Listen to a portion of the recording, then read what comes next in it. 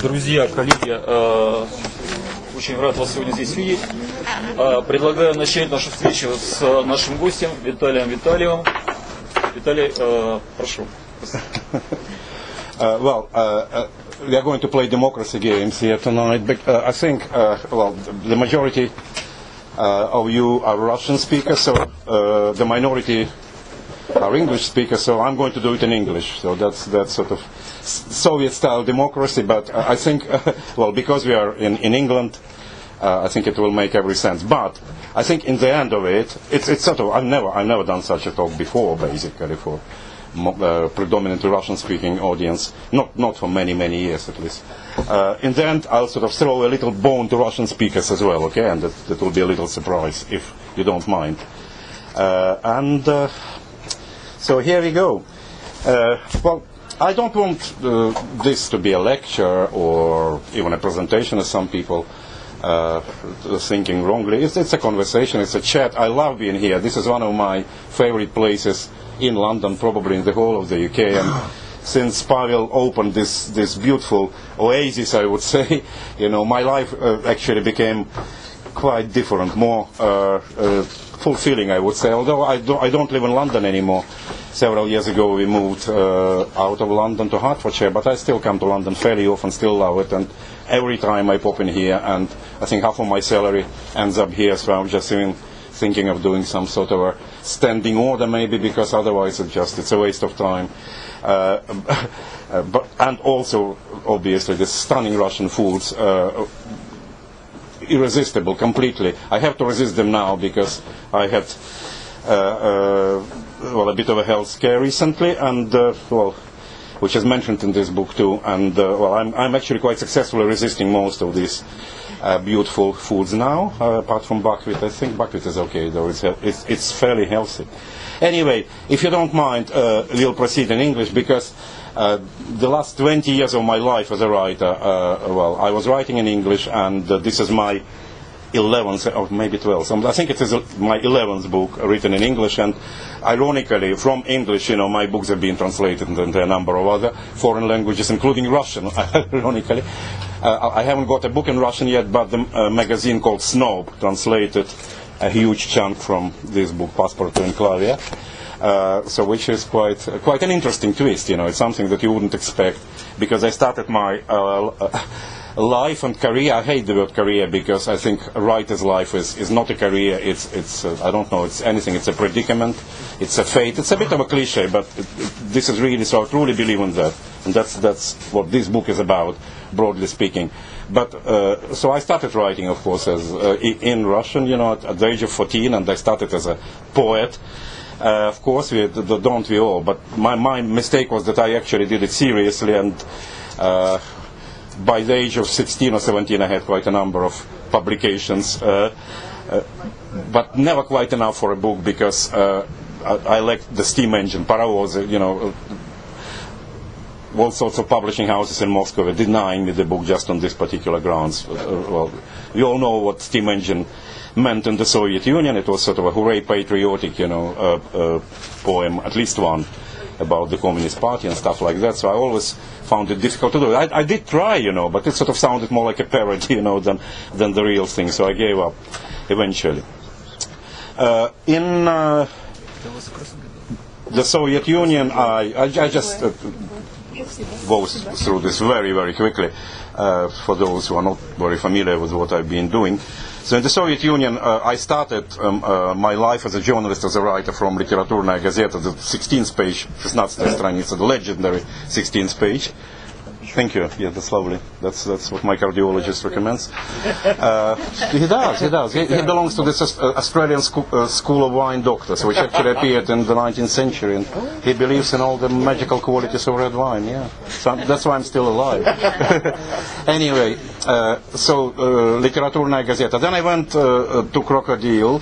Was a special correspondent for Crocodile for quite some time, until basically Glasnost set on, and all the previously forbidden subjects became accessible and so on, and I started getting into those subjects, and probably went too far away, because I was the first one to write about the Soviet mafia, for example, and managed even to get it published. And it was a cult publication, documentary novel Russkiy Mir, which still many people remember. But so anyway, well, to cut a long story short, I did go a bit too far, and that's why I had to leave quite hastily in the very beginning of 1990, when, you know, Glasnost was in full swing, you know, but unfortunately, you know, I had a bit of a clash with the authorities, you know, a very serious clash, and they started getting really nasty.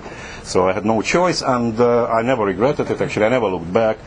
By that time, I was already rather well known here. I was doing satellite broadcast from Moscow for Saturday Night Live with Clive James, and which was quite popular here. I was writing for The Guardian and so on and so forth. But when we ended up here as defectors, the Soviet Union was still there. Somehow we didn't feel safe, so we went on to Australia, which was a mistake. Although in Australia I had a very, very successful time, probably. Well, I know, well, materially I'm never going to be so well off, you know. Well, my column was really a cult institution in Australia, particularly in Victoria. I had a choice of jobs and did a lot of television. So very quickly, having arrived was nothing but books. Literally, a year later, I was able to buy this house with an indoor swimming pool. For some reason, I wanted an indoor swimming pool. Another huge mistake, you know, because the costs were absolutely horrendous. And the state-of-the-art Barbie in the backyard and all this sort of Australian comforts, apart from one, you know, not enough excitement, not enough culture, not enough impressions of the outside world. And so I started running out of subjects, and I sort of realized that staying in Australia for much longer and basking in this prosperity without actually seeing much of the world, and without, well, I have experienced something in the Soviet Union world. You didn't need to travel or to try hard, you know, all the experiences and tribulations were falling down on your head, you know, as you know, as well as I do. So I just somehow, I was putting on weight, I was drinking too much, I was eating too much, I was sort of plunging into hedonism, you know, head first, and couldn't stop, because hedonism was quite addictive. So 2 years after arriving in Australia, I left, basically came back to Europe, joined the European newspaper, started from scratch again. So the swimming pool was gone, the nice house, and with the Barbie was gone, you know. But somehow, not that I was asking for it, you know, but I felt morally much, much better since then, because I felt I could be more honest probably in this sort of situations, trying to achieve something. It was probably then, when in my mind, I started writing this book, although the title of it came to me much, much later, and we'll talk about it soon. Somehow, well, I wrote a book, which was my fourth book, called Dreams on Hitler's Couch, which was sort of like a step towards this one. It was a collection of dreams, 33 dreams. It was all about being a writer, no chronology basically. All these dreams were not connected in any way, apart from, you know, some sort of association. So I sort of started arriving to some interesting conclusions that well, a writer needs to keep feeding his soul and his mind. Again, in the society where we came from, you know, you didn't need to try hard, you know, it was happening naturally. Whereas in the Western society, especially in Australia, you had to try, you know, to get titillations, to get your impression. We are used to that. We couldn't function without it. So I started traveling. I started traveling compulsively. Within 5 years, I visited about 70 countries, you know, and I couldn't stop. But the sad truth was that actually on the road you find a lot. Yeah, if you can see as well, you know, if you can have your eyes wide open and you can get lost, you know, that's what I always say at my travel writing seminars. People ask me, what's the main quality of a travel writer? And I always reply, it's the ability to get lost. Seriously, you know, not pretending you are lost, but just to have no sense of direction. Because when you are lost, you start noticing things suddenly.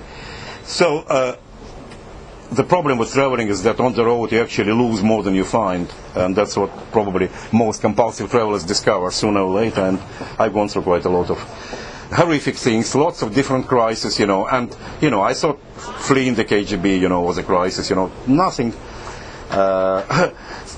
really compared to what I had to go through in the West. Again, I'm often asked, and I do lots of talks in this country and in other countries as well. And so.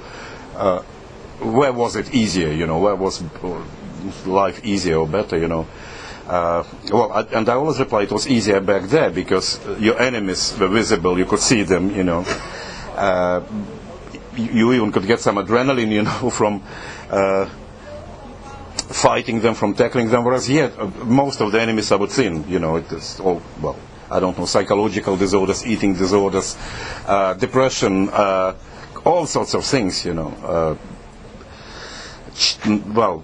Hypocrisy, well, you name it. So anyway, here it's seemingly easier, but I think in reality, if you're trying to live honestly, if you're trying to keep being a writer, it's actually harder than back there. So I realized it as well. So I went in this 20 odd years in the West. I worked in the big newspapers, in the European, in the Guardian, the Telegraph, and so on. I was also unemployed. I was also completely penniless, homeless. I was even homeless at some point, and not deliberately, although I always looked at it as some sort of a research, you know, and that saved me. And that's what this book is about again. This book is survival tips. It is subtitled A Writer's Manual of Survival. So why did I decide to write this manual, you know? I mean, I'm not a sort of a mentoring type at all. I hate lecturing, and I think the worst thing one can think of doing is telling other people what to do and how they should live. But I suddenly sort of looked back at my life when I was about 50 and just thought, what actually have I learned? What do I know? What am I an expert in? And I realized, like most journalists, you know, I mean, well, the difference between a journalist and a writer is still a Soviet joke, is that, a writer is a journalist who can't get his copy into print, you used to say, for some time. Then he becomes a writer. But, well, basically, well, as a journalist, I had to go, well, I had quite a successful career and worked for all sorts of different newspapers as well. But as a writer, you know, I had to somehow find hardship, I had to find difficulties in life, and that was feeding my creativity. And having looked back, I just realized if I know anything in this life, in this world, is how to cope with all sorts of different crises. Not just, you know, political, but also personal. I went through some really, really horrible relationships, you know, that nearly killed me.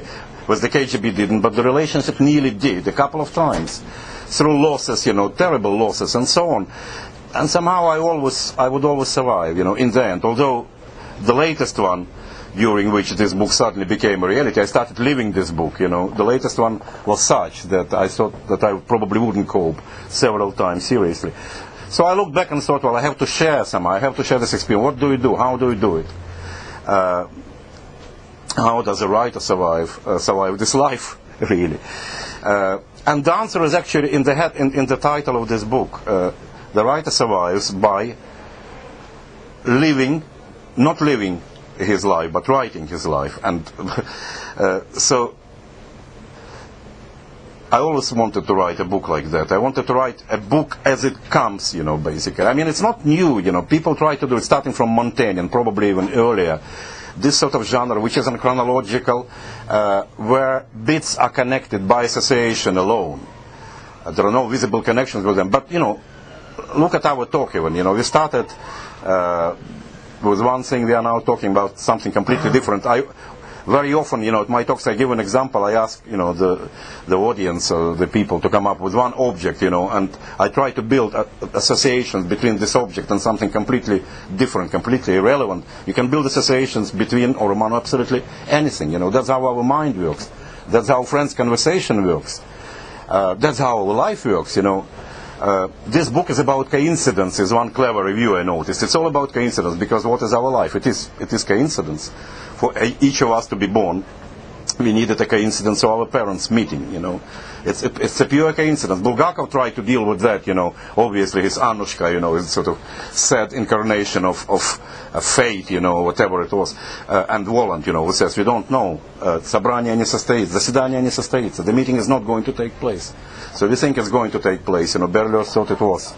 Well, Walland knew it wasn't going to take place. So we actually don't know. So can you structure a book like that?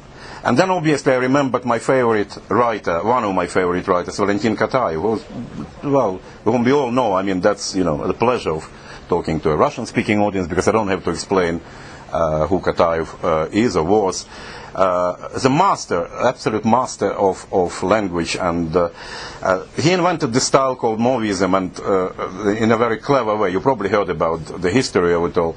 In the early 60s, when he got all the awards and was basically almost untouchable and was a member of the Supreme Soviet, or whatever. So he suddenly decided to do some writing, proper writing, and he declared publicly that he was starting a new literary trend called Movism. Movism from French mauvais, which means bad. So he said, everyone in the Soviet Union writes very well. I'm going to be different. I'm going to be a bad writer. I'm going to write badly. Which means in a different way. Very clever. He got away with that. I mean, he had to be Kataev, of course, to get away with that. But he did get away with that, and he produced all this fascinating, wonderful, wonderful novels and stories, in this amazing style, which is unchronological, where he assumes, basically, the personalities, we can say, not only of different people, but even of different objects, and there is no visible connection among the bits of this book, apart from his imagination, his life, his memory, the flow of memory. So I was very impressed by Movism, and even tried to imitate it a little bit in some of my previous books, but I couldn't write another book in this style. Well, it's a sort of plagiarism, but I could be guided by Movism. So I included Kataev. Kataev was here as well as another 50 or 60 of my favorite writers. Also, what helped me was the appearance of the internet, because have you ever thought how we actually browse the internet and what it does to us? The internet is like a cross section of our society, of our life. It's useless to complain of the internet, because it's as good and as bad as we are. That's what actually my eldest son, who is a computer whiz kid, and an electronic security expert, he keeps telling me that. He said, don't complain, we are just, internet is the reflection of us. So, but how do we do the search? For example, we want to see how to sew up a turkey or something very mundane, So we Google it, Turkey, sewing a turkey or something like that. And suddenly we get distracted by the events in Turkey, the country, or whatever, and we click on a different link. And here is, because the internet has no brain, the Google has no brain. So one thing leads to another. And within minutes, you're miles away from Turkey, both the bird or the country, and you're God knows where. And then suddenly you think, oh, where am I? What shall I do? I should probably go back. So you can go back. But you may not go back, you may stay there if you want to. So that's how I wanted this book to work. That's how our memory works, because internet works the same way as our memory works, by association. By association. In this book I give an example. I may read it quickly, of how it is supposed to work.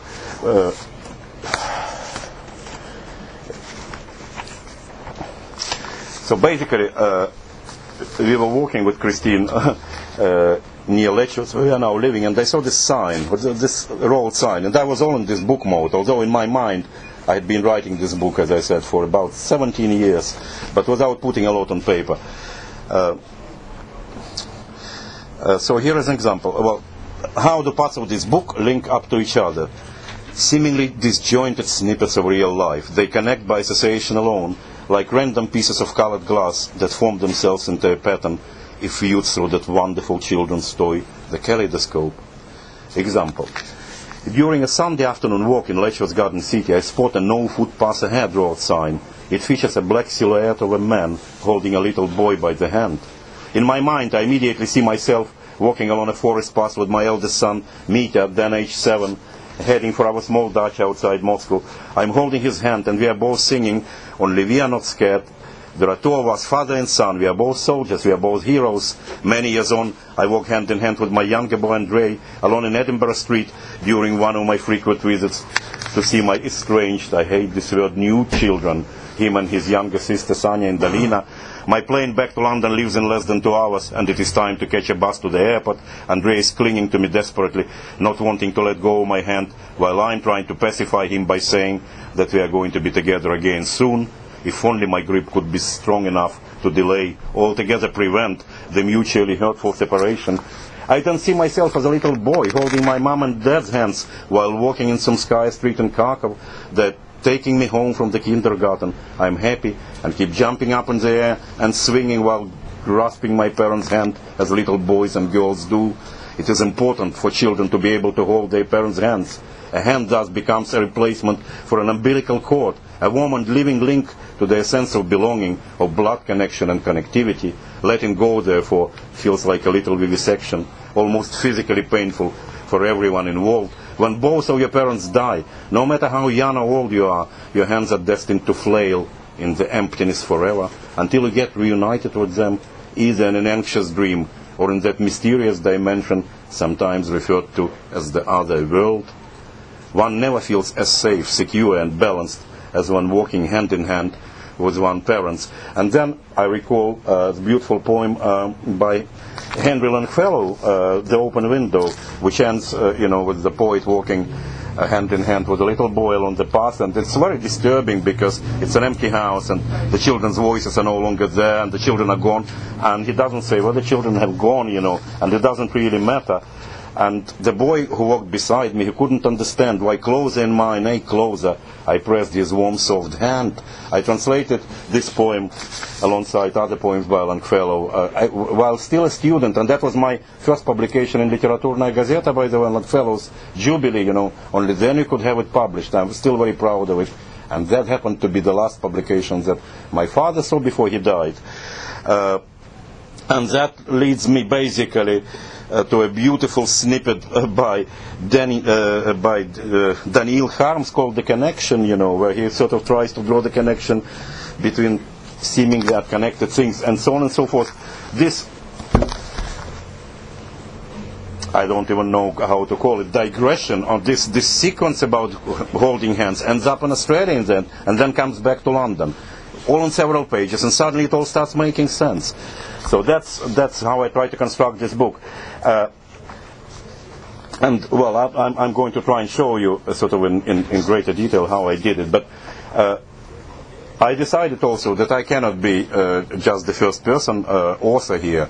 So sometimes I switch into the third person. Why do I do this? Because one of the survival tips, of which there are 40 in this book, says that if you're really stuck, if you're really in a big pickle, try and detach yourself from reality by buying an old book and start recording what you feel in the third person. So that's how writers survive.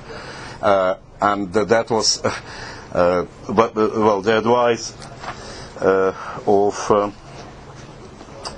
one of the writers. I read you that bit a bit later, that I actually tried to translate into reality. So I sometimes switch into he, for example, or call myself VV or Vitali or Vita, as I was called in my childhood. Like when I was sort of a young poet, I was known as Vita and Victor. That was my sort of nom de plume then. So, and I do it arbitrarily, just obviously when I talk about a crisis, when it becomes a bit embarrassing, I switch into he still. By the same token, as I said, I like Kataeva, I assume sort of the state of different objects. I become Chekhov's writing table at some point, for example. Why not? You can do whatever you like, if you can get away with this. And still there is a plot, you see. Because one thing that all the reviewers said, that this book is a good read, basically. It makes sense. Because, at some of my talks I said that what is our life? It's like a pile of uncorrected proofs, basically. And then, it takes a very strict editor called Death, to put it all aside. Otherwise, looking back at our lives, remember the 5th of July 1978, for example, or whatever. What does it mean? Nothing. By the same token, the page numbers mean absolutely nothing until, you fill them with some sort of context. And I'm going to show this to you, how this works as well. As I said, there are about 50 different writers with whom I was lucky to be, with some of whom I was lucky to be close friends, like now late Korte, and most of them are deceased now, which is sad. makes you think. Sir Peter Ustinov or Joseph Heller, for example, and some other people. Some of them I never met, like Paustovsky, for example, who I think is probably my greatest literary mentor. I learned more from Paustovsky and Orwell probably than more than from anyone else. But obviously he died when I was still a very little boy. Or Bulgakov, of course, and Ilf and Petrov, and all these people, they're all here. They're all here, and they sort of come in and out, and they pop in and out, as they please. I see this book not as a river, because Confucius said you can't enter the same river twice. The water is not the same. Like, remember, Brodsky said you can't return to the same country. You can't return to the country that doesn't exist anymore. So I didn't want this book to be a river. I wanted it to be a lake, because into a lake you can wander in and out at any point. It's still a lake, you can live. So I encourage my readers, unlike my previous books, and many of them are sort of, again, what the reviewer said, they're quite funny and amusing and so on. Crocodile School and whatever, I just think that you can tackle any serious subject, with irony. It's a very powerful means. So I encourage my readers not to read this book from beginning to end, but just open it as they please, basically. And it works like that. And again, I'm going to show how it works. Now, all right, it's a sort of very long introduction. Let's now start working, because I want to involve you as well. Just like I lived through this book rather than wrote it. When the publisher commissioned it, and they said, you know what, I'm going to live through this book. I don't know what I'm going to write about. I just sit down and start writing as it comes, And I didn't know that I was going to end up in hospital, for example, with a rather serious condition and undergo an operation. I was planning to go traveling, to I forgot where, I think to the Baltic Republic somewhere, but instead I ended up in a hospital bed. So I had to travel in my mind, in my imagination. And then I recovered, and then I sort of ended up in hospital again. And And it is all here, And as I said, there is no beginning and there is no end to this book. The end will come when I am no more, basically. Because this book continues, just like writer's life never stops for as long as he lives. So let me just try and explain to you very briefly how it works. First of all, the opening sentence, which many people think is not sort of like me at all, because the first sentence here is, nothing short of death can stop me from telling this story. And this is not me, really. So I explain this quite a way into the book. On page 372, anyway, that deals with, having suffered another big blow in life, I ended up, losing practically everything I had, and I had to move away from Edinburgh, where I lived and where my kids stayed. I had to move on my own to a friend's house in Kent, in Folkestone. And this is my first evening in that cottage, I discovered I have some really wild neighbors, on the right-hand side. There was a drugs den. On the left-hand side, there was a local rock star who was much worse, who kept rehearsing, one and the same song, very loudly, with a refrain that said, I'm sorry, there are no children here, I want to fuck you, keep singing this and this. And for someone who just lost his, family or whatever, that was a torture. So this sort of neighbors, and it's an interesting place also, and it was at that time. It's quite a lot over here. So, A Woman in Red. So there are here, basically, it's structured like Kataev's Movistic novels. So you can see there are sort of little spaces. There are no chapters, but, there are little sort of interruptions in the flow, and that's like a marathon runner just regains his breath, before he resumes. A Woman in Red. Evening.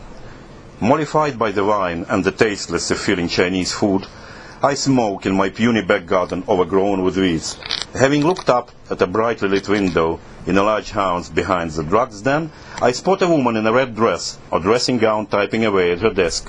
What is she writing? A novel, a romantic poem, a complaint to the Shepway District Council about the appalling state of her neighbor's garden that has become a source of filth and vermin for the whole street? Her annual tax return?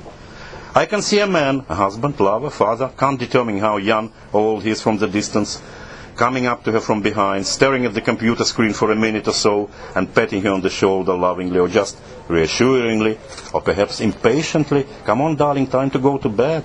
The scene behind the window makes me feel lonelier than before. It also makes me feel guilty for not writing, for being tipsy, for smoking in the garden instead of sitting in my attic study and either finishing my book, this book by the way, or doing some journalism to supplement my non-existent income, lest I should end up on the dole and join the ranks of the genderless dwellers of the nearby council estate. To assuage this burning feeling of guilt, I promised myself to start working tomorrow morning, no matter what. The last sentence of that Sunday entry of the notebook was scribbled on top of the next otherwise empty page. Nothing short of death can stop me from telling the story.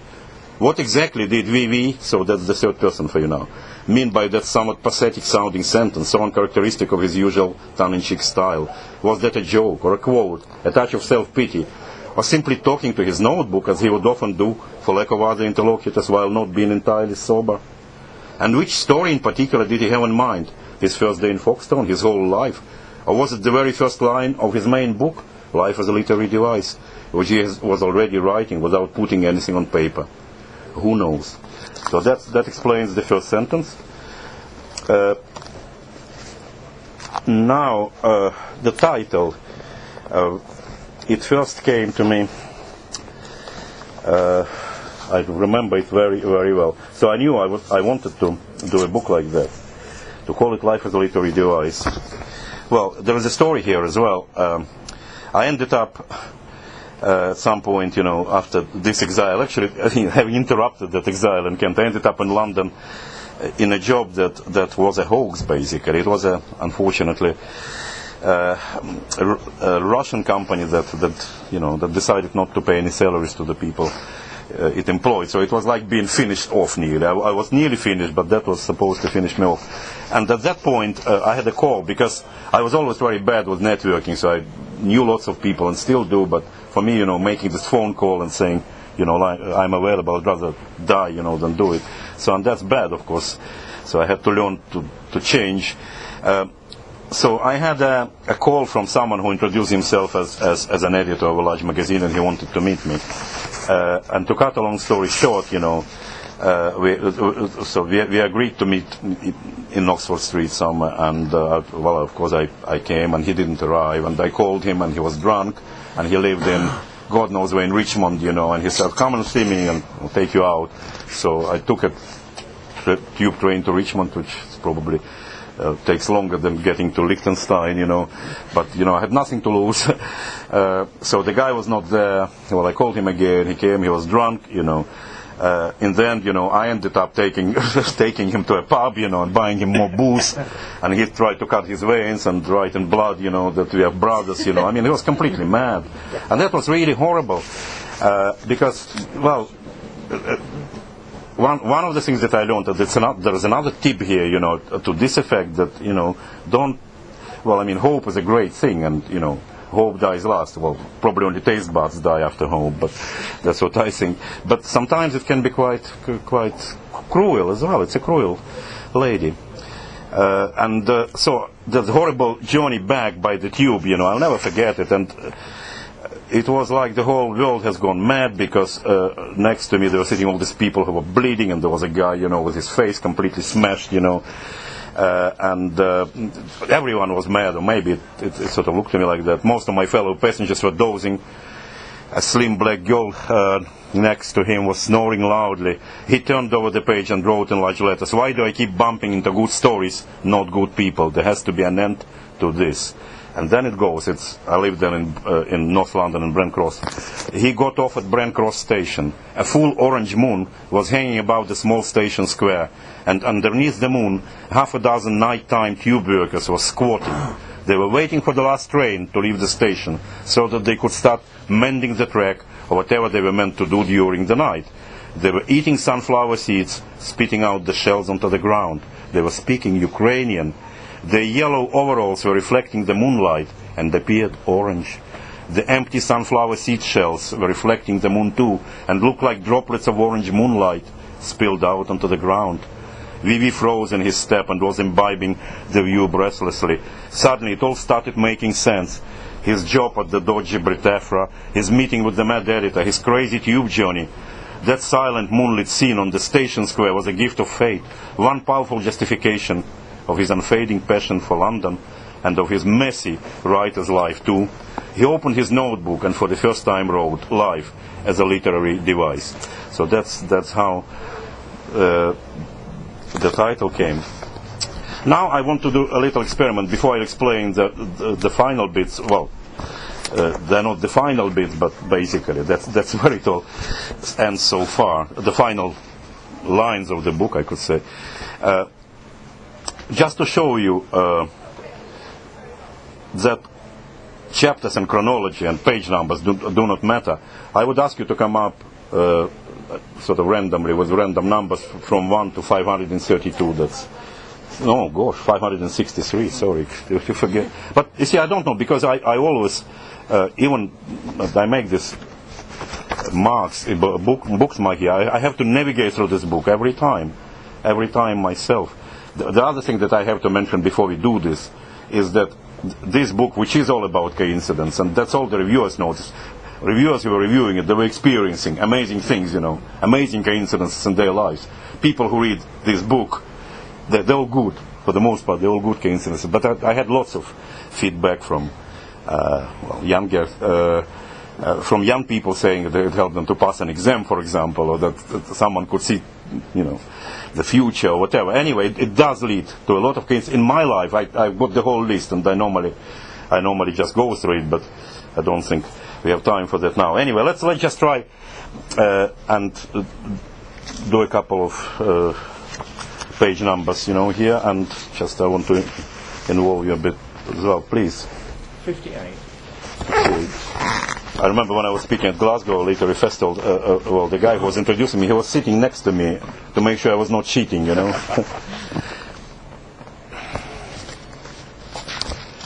that's about Kataev here, where I introduce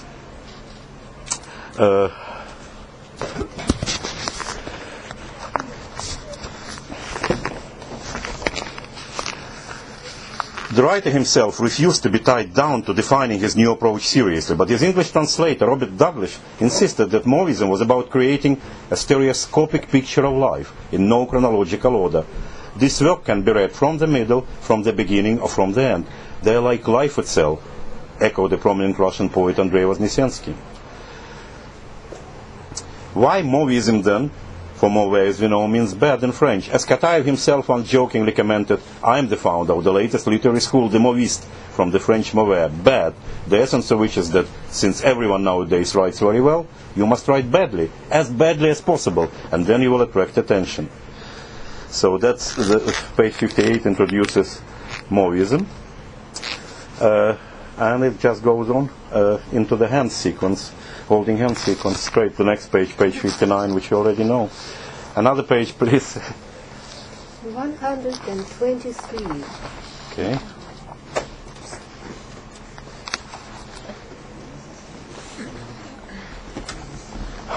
This book has lots of travel, because that's what I did. And at some point in my life, I decided, when I was in the States, I spent quite a long time in the States. I had a column with the Telegraph called Vitali's America for some time, so I spent 11 months just on the go there, which was not easy. Emotionally, it was very, very hard, and I only used buses, coaches. That was the restriction I imposed on myself. Well, we had to somehow make up for the lack of suffering, Soviet-style suffering anyway. And I decided that I wanted to see the house where Solzhenitsyn was in exile for some. I don't know why, in Cavendish. He was no longer there by then. So, but I just wanted to see it, because I just don't know why. Because I believe in ghosts, some bits of this book, they deal with chasing ghosts, basically. That's what I was doing. I mean, Joseph Heller, whom I was supposed to meet, he was supposed to show me his Coney Island, and I had an assignment from the Telegraph just especially for that. And, well, believe it or not, he died on the previous day, you were supposed to see him the next day, and then, from the evening newspaper, on the subway, I learned that he died. He was very unwell, of course, but, and he actually called my London number. I didn't have mobile then, and left a message that he wouldn't be able to come. So I could hear his voice when I came back, when he was already not here. And so I went on my own to Coney Island, and I had to break the news to some of his childhood friends, and it was just bizarre. But this is the Solzhenitsyn escapade. What was interesting is that the people of Cavendish, Vermont is very Soviet. It looked like, like the end of the world, really. It reminded me of Soviet countryside. The people were quite, backward, to put it mildly, and very few of them realized who was Solzhenitsyn, what he was doing then. The most famous citizen of that town, of Cavendish, was Phineas Gage, who became famous because of he was just a navy or a foreman, whatever. So he jumped into a trench now, which he was digging, and he impaled himself on a crowbar, and the crowbar went through him, came out of his head, and he lived like that for 18 years with the crowbar in his head, So they have this festival, annual commemoration, and basically to say that they have very little sense of irony is that they commemorate it with a barbecue, So so the fact, the irony of commemorating someone who was impaled with a barbecue escapes them. And then I thought, the sort of the oasis of culture in that town, with half of the houses boarded up and just sort of dying little town, would be a local library which was open. So I came in, and there was a librarian there, and there were some books by Solzhenitsyn which he donated to this library. She confessed, the librarian, to having been present at both of Solzhenitsyn's public appearances before the townsfolk in February 1977, to say hello and to apologize for the fence, a sacrilege by Vermont standards, that he had to build around his property to protect himself from the reporters and idle types, and in February 1994, to thank the people of Cavendish for their kindness and hospitality, and to bid farewell. She then kindly offered to photocopy the text of both addresses for just 10 cents each, with a pamphlet on the extraordinary survival of Phineas Gage thrown in. Are there any plans to commemorate Solzhenitsyn's 17 years in Cavendish, I asked her. She was not sure, and suggested I called up Rich Speck, the town clerk, which I did without leaving the library. The town clerk sounded suspicious, as if Solzhenitsyn was still there and needed to be protected. He assured me that there were no plans for a Solzhenitsyn memorial, and added that the writer's presence had no day-to-day impact on the Cavendish community, unlike that of Phineas Gage, no doubt. According to Mr. Speck, Solzhenitsyn's house was now owned by his two sons, but he was not sure whether they were in town. So, and then she drew me a spy-like map, and I went and did find that house. So let's try another page, please. What's your favorite page? I don't have favorite page. That's the thing, and I wouldn't be able to find it. Favorite page. 561. 561. Actually, probably there is something favorite, but we'll come back to it in a second. 561.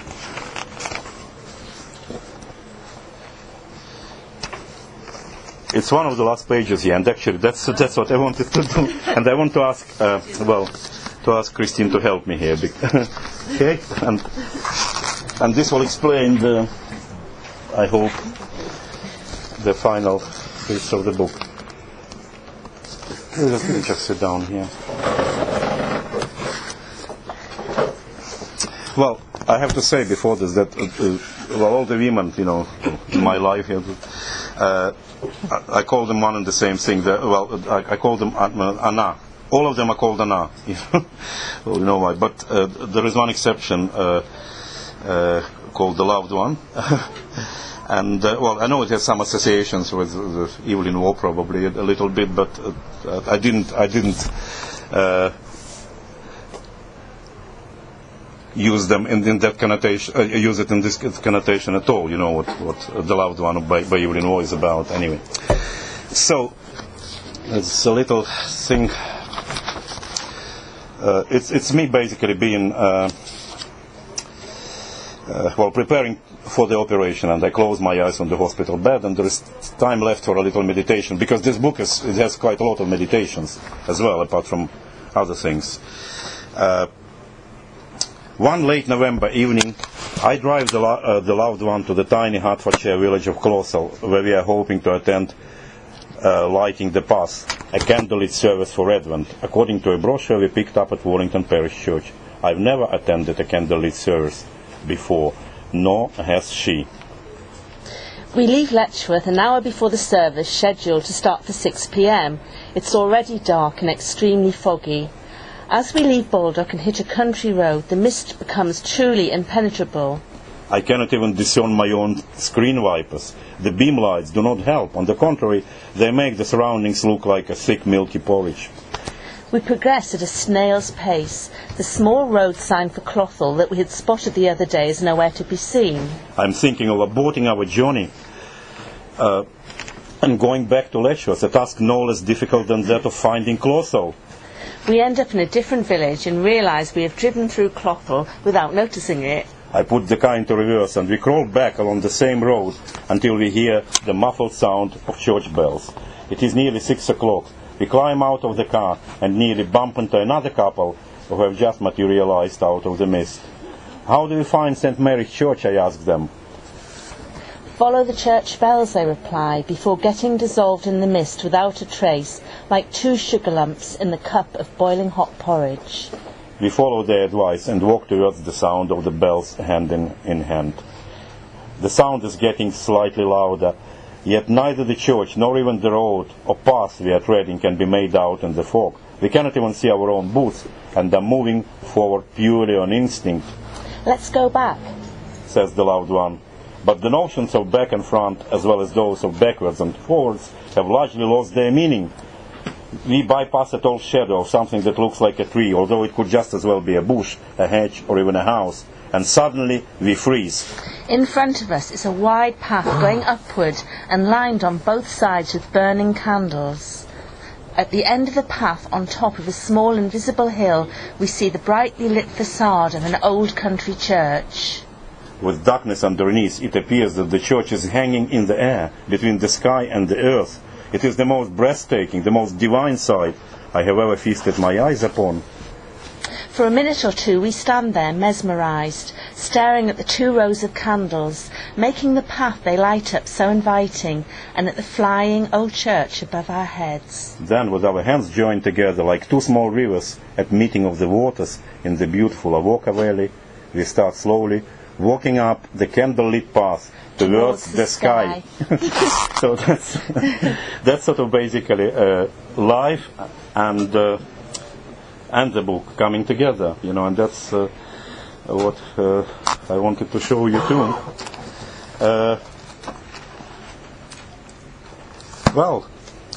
I promised to do something in Russian, but let's maybe, if you feel like, let's talk about what we've just heard first, and then if there is still, well, I feel like I could read you something in Russian. Do you still write poetry? It strikes me your imagery is very poetic. Well, I don't write poems per se, but I hope that in the prose that I like, I use quite a lot of poetry, and that's why, you have the privilege when you publish a book, and you basically can ask the publishers what they said, what should we say about you on the flap, and they say, well, can you introduce me as a poet as well, because I always wanted to be a poet, and in a way probably I sort of was. There is a big chunk here actually about my experiences of being a poet in the Soviet Union, which is sort of tragicomic really, because all this little society in a provincial town, all the poets, all the characters, and my first poems translated into English without rhyme, of course, unfortunately, but I did write a couple of poems in English and actually quote a couple of them here, but they're really very short, like little snippets really rather than proper poems. But thanks for saying that. Beautiful material. Oh, thank you. Do you consider yourself Russian writer or English writer? I'll answer you with what Joseph Conrad said. So the nationality of a writer is the language he writes in. But your heart... When I write in Russian, I'm a Russian writer. When I write in English, I'm an English writer. And your heart is still... My heart is my heart. It's not split. It's just, well, it's not doing very well, but I mean medically, but it's okay otherwise. unfortunately, I wish I could do more in Russian, and as I said, I very happily was writing this column for London Courier. Some people still remember it, which for many years, and it was sort of illegally and I say pirate style, sort of reprinted by Russian emigre press all over the world, and I'm quite proud of those little things, but I don't know. I'm thinking of a couple of things that I can do, and I'm not excluding maybe. I want to do a novel for children, but I want to do it in Russian first. Well, I have such a crazy thought sometimes, but otherwise, it's probably hard. Well, it's definitely harder for me now to write in Russian than in English. I can still do it, though, I think. If you decide to publish this book in Russian language, will you consider to translate it yourself, or you will hire a translator, literature translator? I had no intention to publish it in Russian. I probably, I'll then rewrite it in English, probably. I mean, if someone wants to publish it in Russian, if I write it, I mean, so lots of ifs. I wouldn't mind, of course, but the final objective here is to write this book in English. But, because of the subject matter and for all sorts of other reasons, I would feel more comfortable doing it in Russian first, for the first time in my life. So this one, as I said, it was translated into Russian in Snob magazine, and they even wanted to release it as a book in Russia, but it hasn't happened as yet. Maybe it will happen. So, by the way, I'm very proud of this book. It's funny, it's rather topical. What we are seeing now with the EU, and it's all there, but it's about my discovery of some very little known, fascinating places, literally on our doorstep in Europe, and they're all lovely. I all love them. I wrote it while going through some horrible stuff, but you won't feel it because I think it's quite amusing, and I'm proud of it. It's been translated into Italian, and it's now been considered for translation in some other countries as well.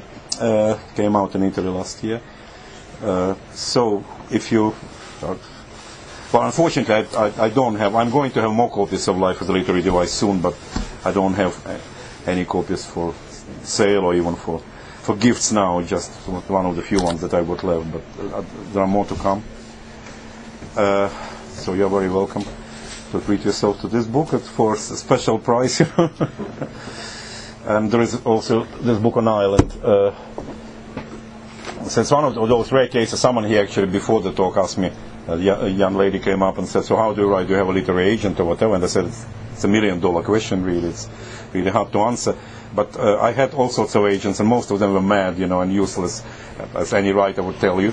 But I published actually this book and this one without an agent. I was approached in Ireland. I lived in Ireland as well, in Dublin, and worked in a weekly magazine there. I was approached by Macmillan, who liked my columns, and they offered me to write a book. It doesn't happen often, but they said choose a subject and write us a book, so, which I did.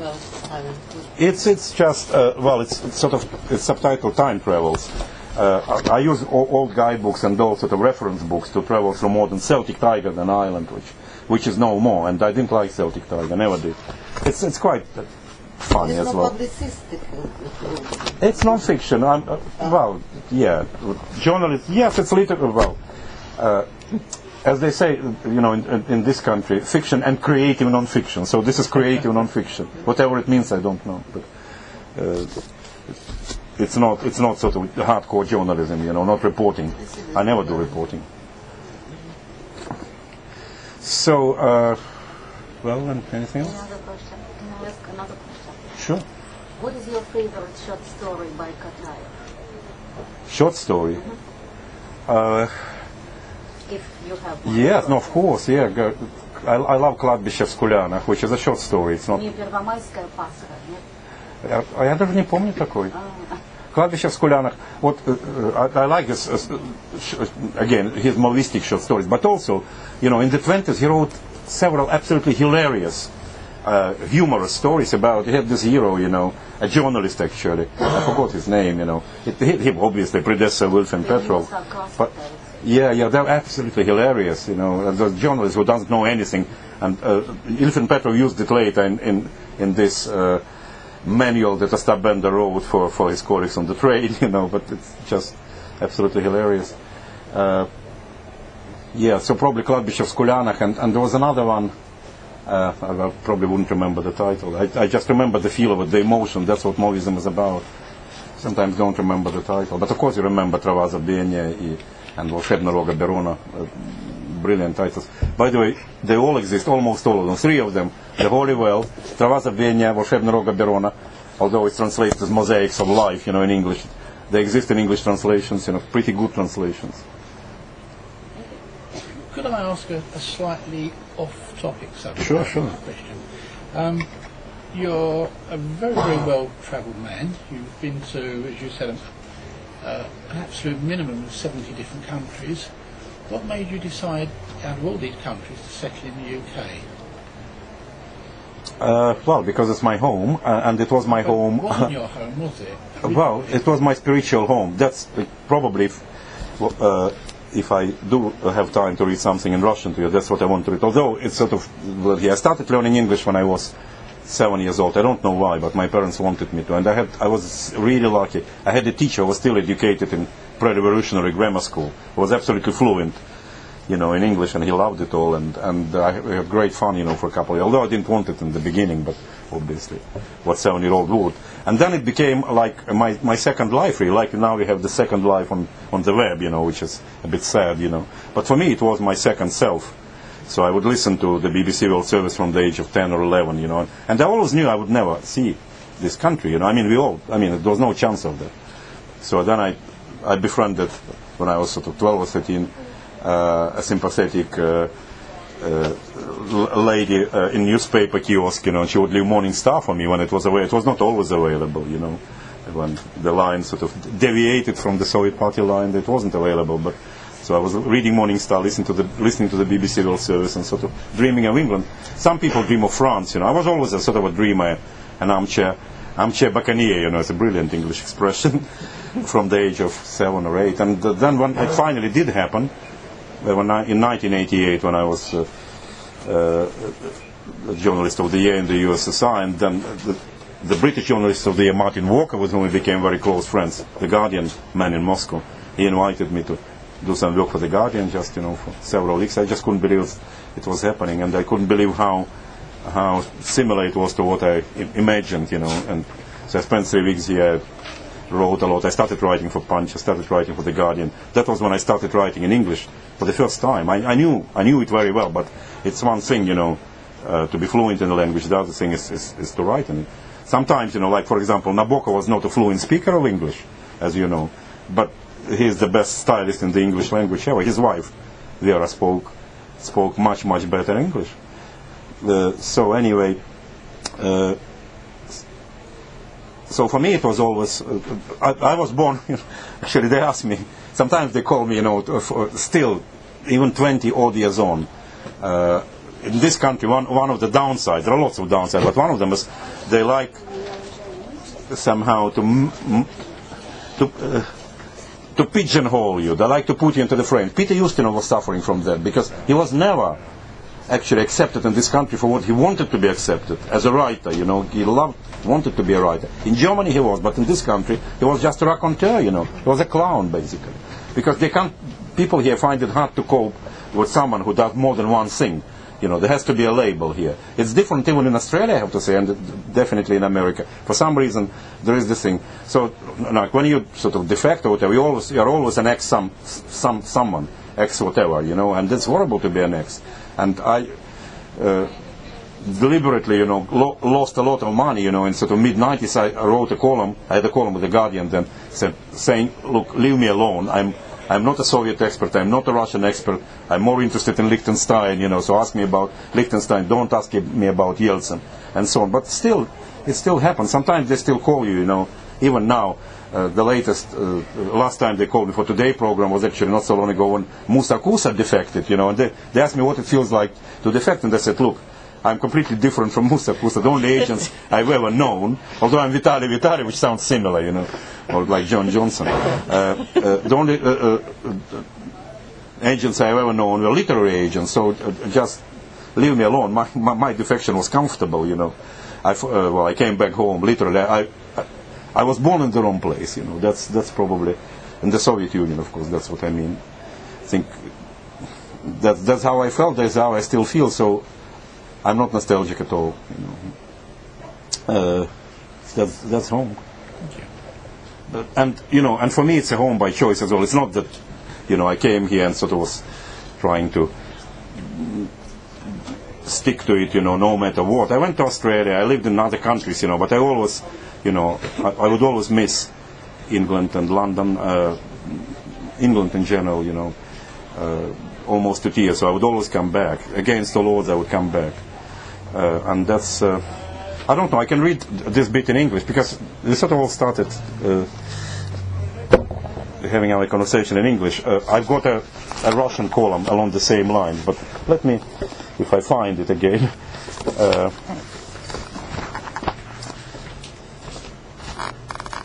Because it sort of explains quite a lot, and it's not funny because I wanted to read one of my funny vivisections, but we are sort of running out of time.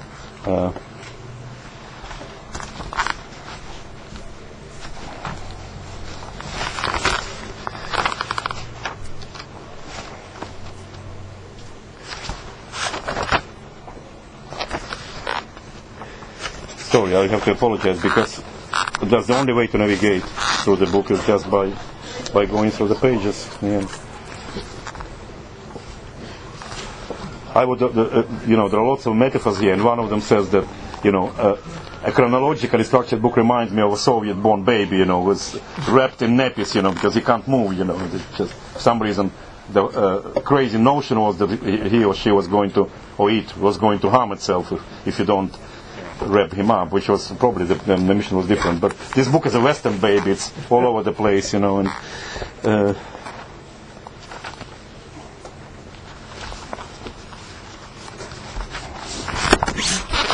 might fail actually.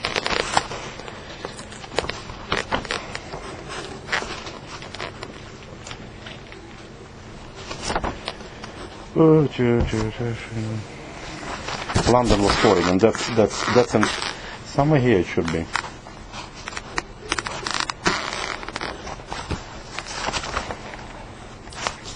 Yeah, found it. It was just with me being in Australia and suffering with heat and going through another crisis, of course, and being really seriously down and seriously depressed. And I'm thinking of London.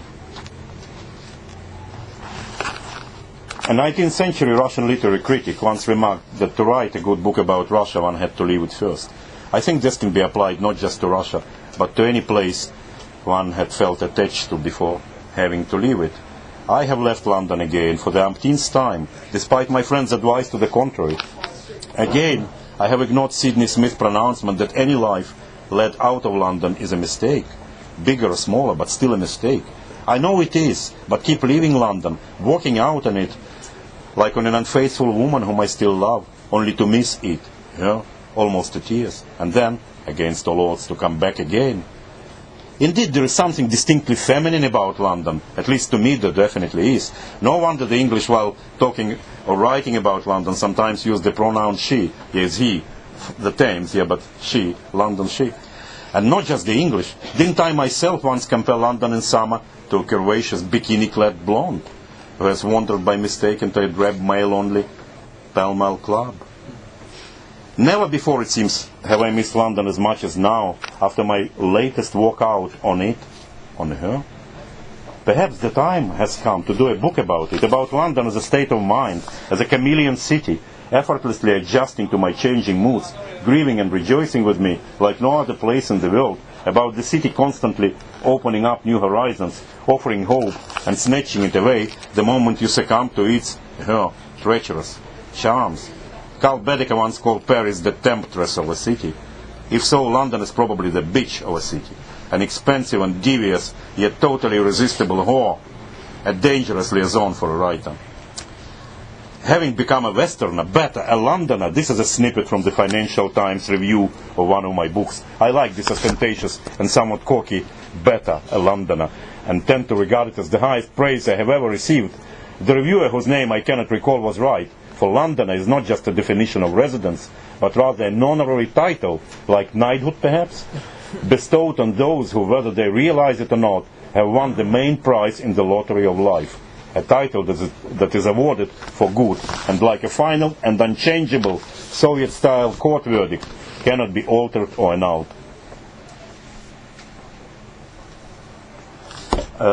And going on a little bit more about it, with H.V. Morton was, at the age of 7, I, together with 3 other boys of the same age, was cajoled into learning English. The name of the private teacher, hired by our persistent parents, was Grigory Alexandrovich Polonsky. He was a tall, sturdy old man with a loud voice and droopy Cossack-style moustache.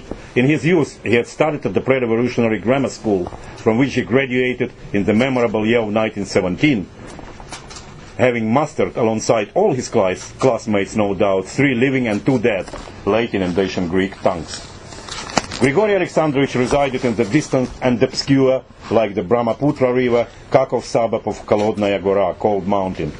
I can still see his lanky, snow-covered frame, it must have snowed constantly in Cold Mountain, energetically entering, almost falling into our flat. In his battered, capacious briefcase, our teacher carried, among other things, some faded postcards with colored views of London. They came from a hard-to-obtain Cities of the Capitalist Inferno, or something of that sort, postcard set, shoddily printed by our local Red Proletarian publishing house. These postcards were given out to us one at a time as prizes for diligence in our studies of the English language, as moral stimuli, so to speak.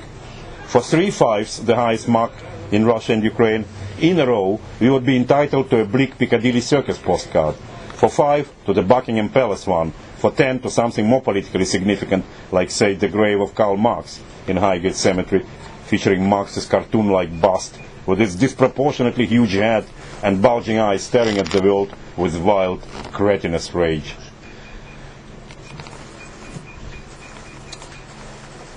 Anyway,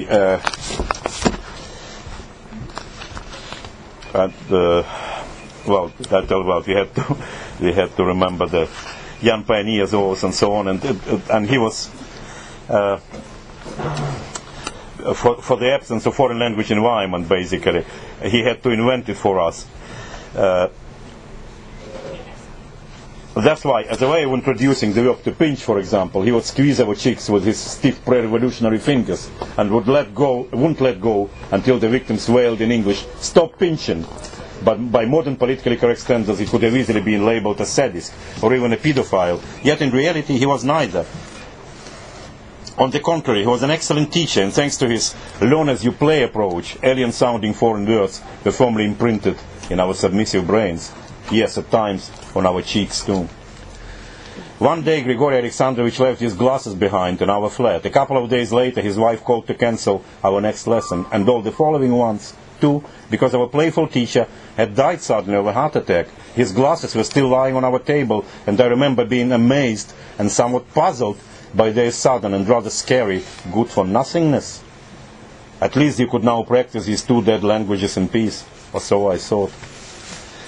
And so on, and basically, I come to London for the first time and I see this fuzzy postcard of Piccadilly Circus with into which a worker was printed shoddily, by this Red Proletarian publishing house. Suddenly it was all fuzzy. London was fuzzy, it was misty, and it was exactly like on those postcards of my childhood. And even the ridiculous worker was still stuck near errors. Only his poster ran not the 1st of May, but the end of the world is nigh, which, as I already knew, was rubbish, because my real world was only just beginning. I realized with sudden clarity that for all those years I had resided in an alien country and had only now found my true spiritual home. So anyway, that's a little bit of that. And I think probably we have to wrap up now, yes?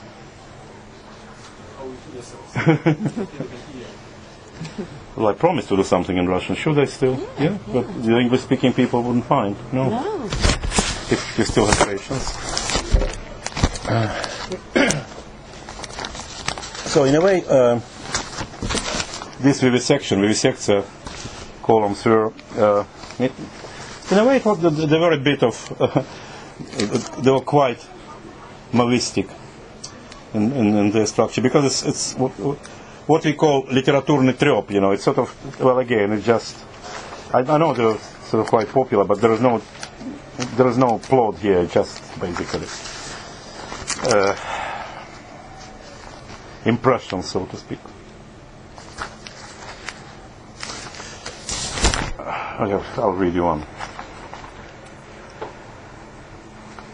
Прилетел я на прошлой неделе в Лондон и угодил буквально с корабля воздушного прямо на бал, а точнее на праздник русской зимы на Трафальгарской площади, переименованной на один день в Russkiy SW1, согласно бесплатно выданной мне программке.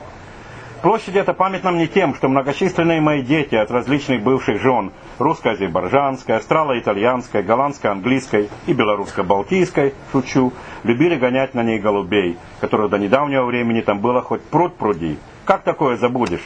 Правильно говорят, что жены приходят и уходят, и только бывшие жены остаются навсегда.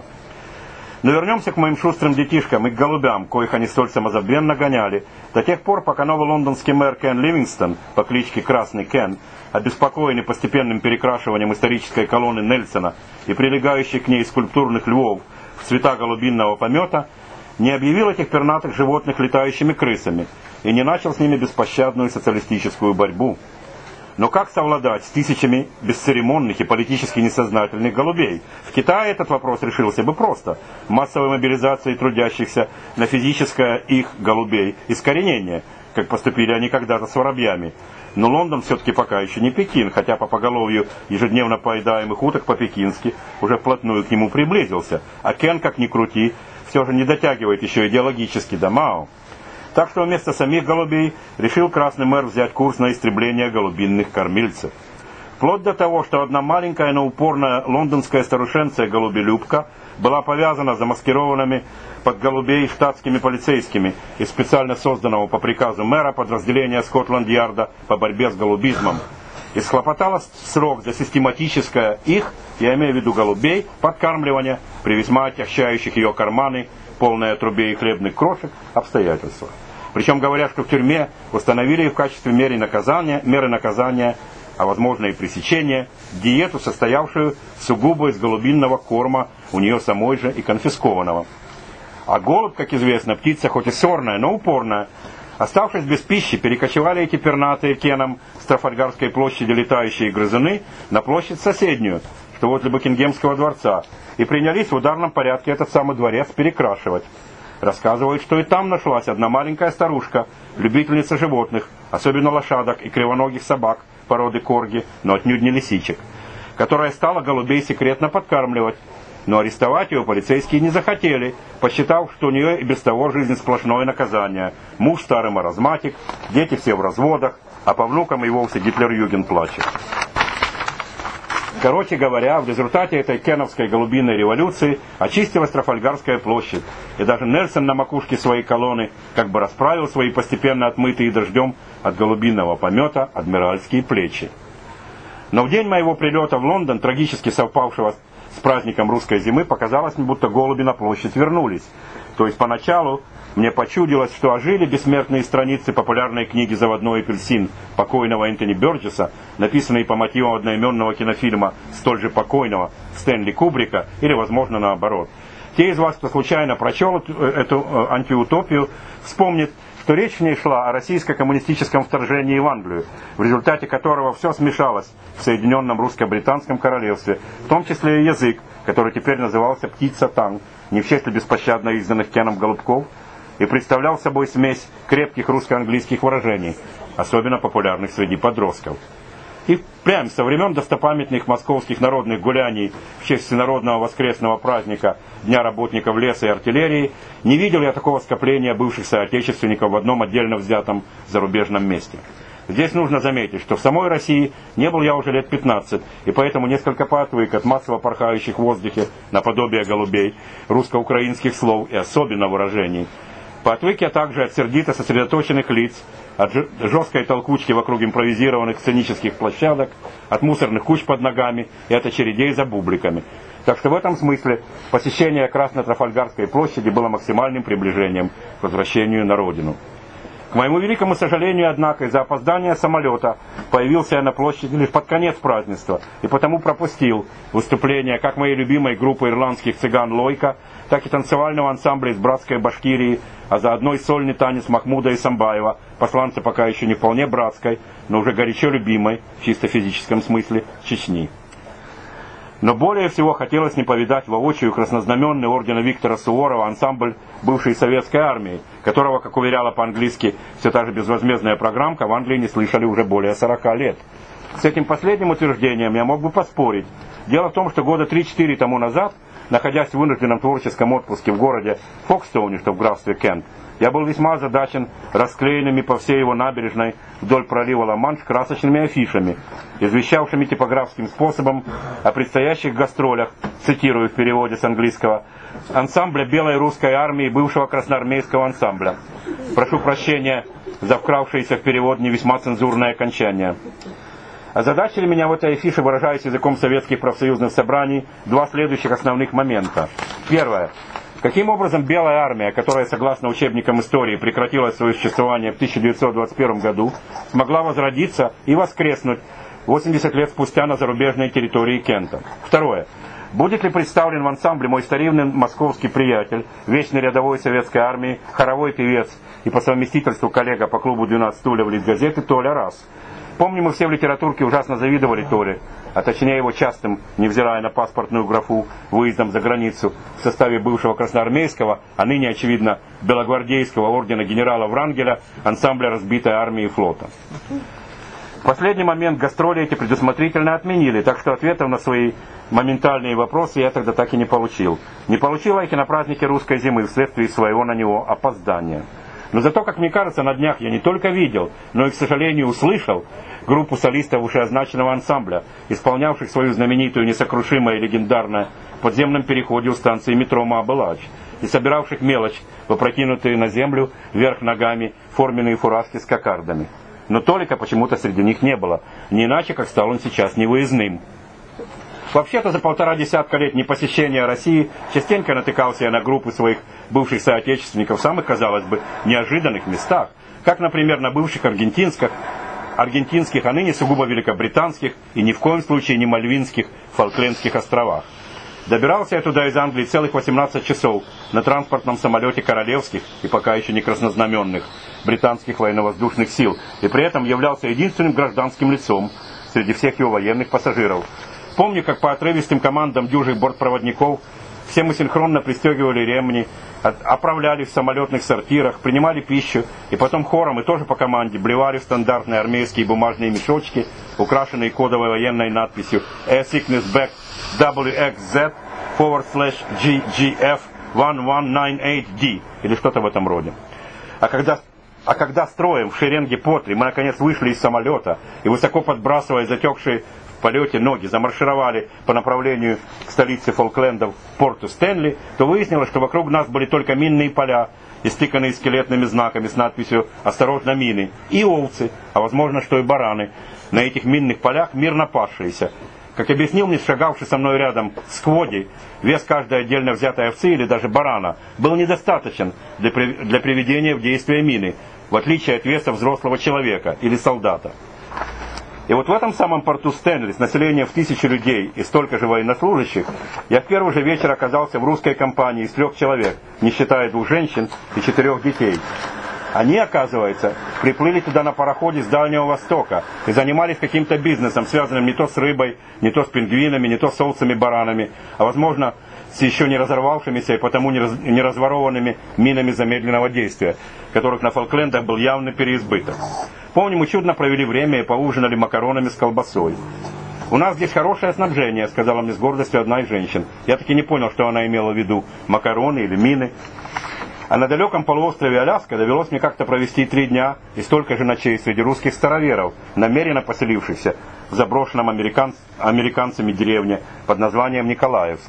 Все они, за исключением женщин и детей, носили густые бороды и шелковые косоворотки. Мне тоже пришлось облачиться в косоворотку. Борода за 3 дня так и не успела вырасти. И звали их всех, за тем же исключением, либо Феопент, либо Ферапонт. А детишек всех звали Марфа, либо Иона.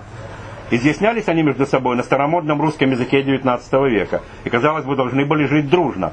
Но, как выяснилось, по старому российскому обычаю, перессорились они давно между собой, расколовшись на поповцев и беспоповцев. Причем первые признавали деревенского батюшку, но не признавали беспоповцев, вплоть до того, что заговорить с одним из них считалось большим грехом, а вторые не признавали вообще никого, кроме самих себя, и строго запретили поповцам заходить в их беспоповские дома и к ним, беспоповцам, прикасаться руками, не говоря уже о прочих частях тела. По вечерам мы со староверами коптили на костре рыбу, пели песни и пили водку, то есть сначала пили, а потом пели, которую староверам, как поповцам, так и беспоповцам, употреблять строжайше запрещено. Я, честно говоря, так и не разобрался, с кем коптил и распевал, с поповцами или наоборот. Какая, в конце концов, разница? Главное, чтобы люди были хорошие. И водка тоже. Посещая Аляску, этот некогда российский, а ныне американский полуостров, я каждый раз думаю о том, как выглядел бы он сейчас, если бы Россия по глупости не продала его бостонцам, так в ту пору именовали всех американцев, за $7,2 миллиона. Причем, как утверждают, 200 тысяч было добавлено к изначальной цифре в 7 миллионов за ледяной покров Аляскинских озер. Лед в ту далекую предхолодильниковую пору был материалом весьма дефицитным. Ведь факт остается фактом. Америка поначалу не хотела покупать Аляску, даже за вышеназванную смехотворную цену. И сенатские дебаты на эту тему, брать или не брать Аляску, продолжались более полугода. Мне кажется, что теперь я знаю ответ на свой вопрос. Не купи тогда американцы Аляску, походила бы она сейчас на огромную, запорошенную снегом Трафальгарскую площадь, где круглый год проходит один и тот же бесконечный праздник русской зимы. Вот такая вот висекция.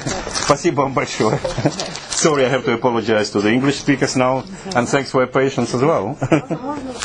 Пожалуйста. Как вы думаете, если вы то же самое напишете по-английски, это будет интересно и также блистательно звучать, как по-русски?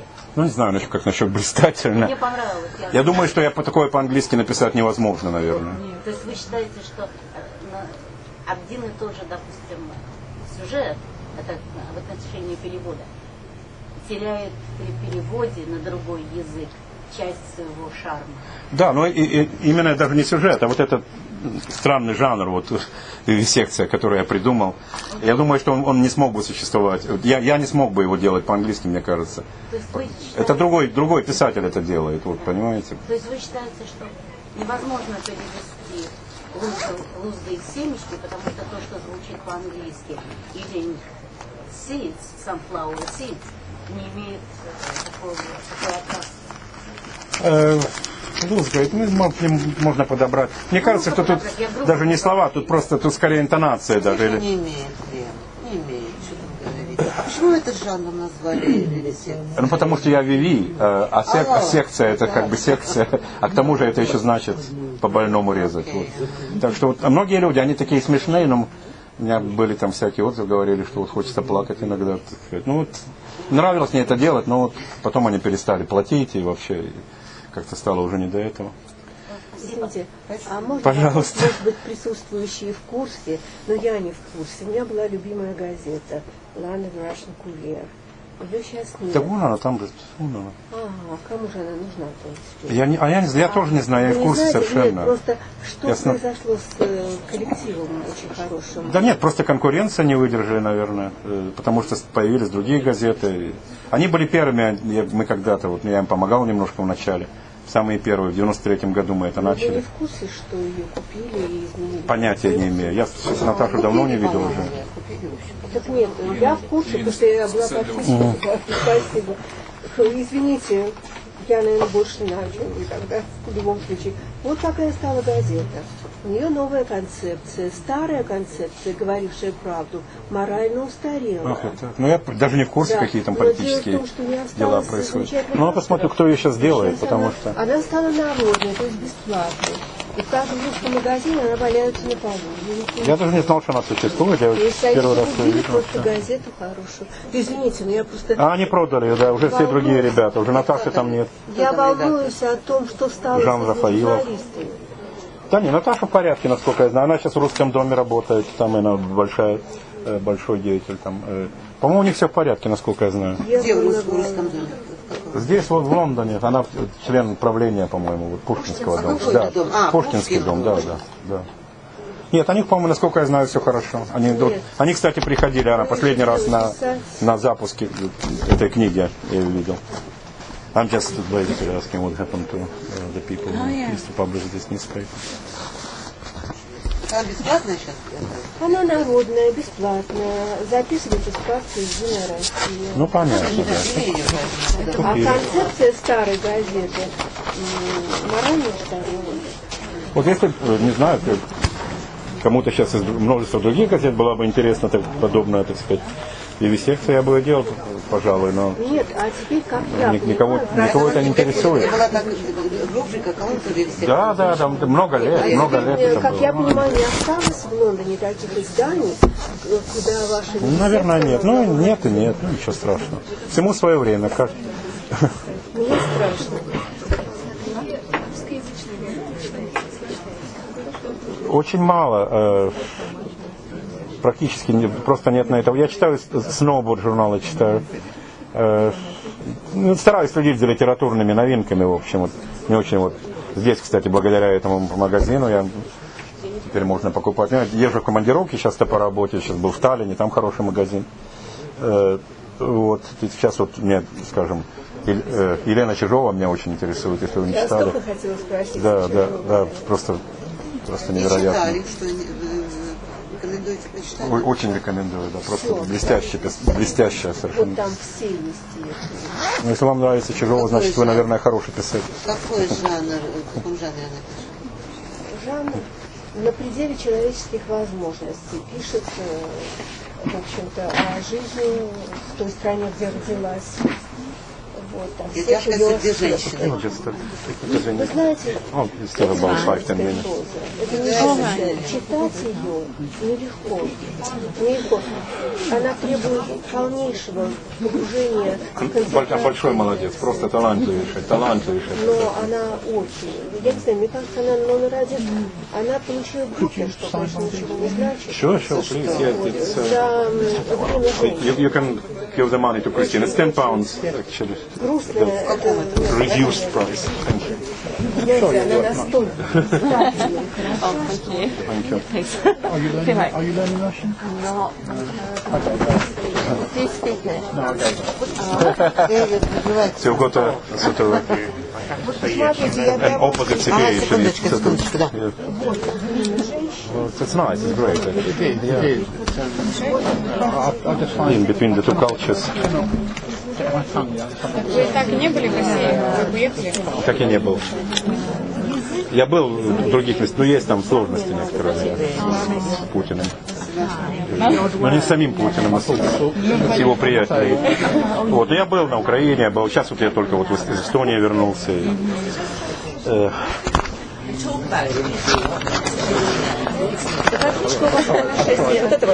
Вот у меня большинство и это про путешествие, да? Это про путешествие тоже. Ирландия про путешествие тоже. Who is it for, sorry? Steve. Steve. Oh.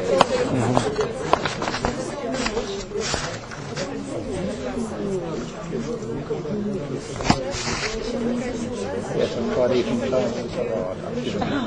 I can get the old word, but I just can't. Oh. It's so very hard. Do you understand anything? I could get the odd word, but by the time I'd realised what that word was, it'd gone on another 2 sentences. 28, oh, of course. I mean, that sounded really fun. Enjoy. Yeah, I will like it. I find There's some more. speak quite happy to the children who make us speak English. Oh, С удовольствием. you're going to say they speak slowly. Денежные дела Кристин, пожалуйста.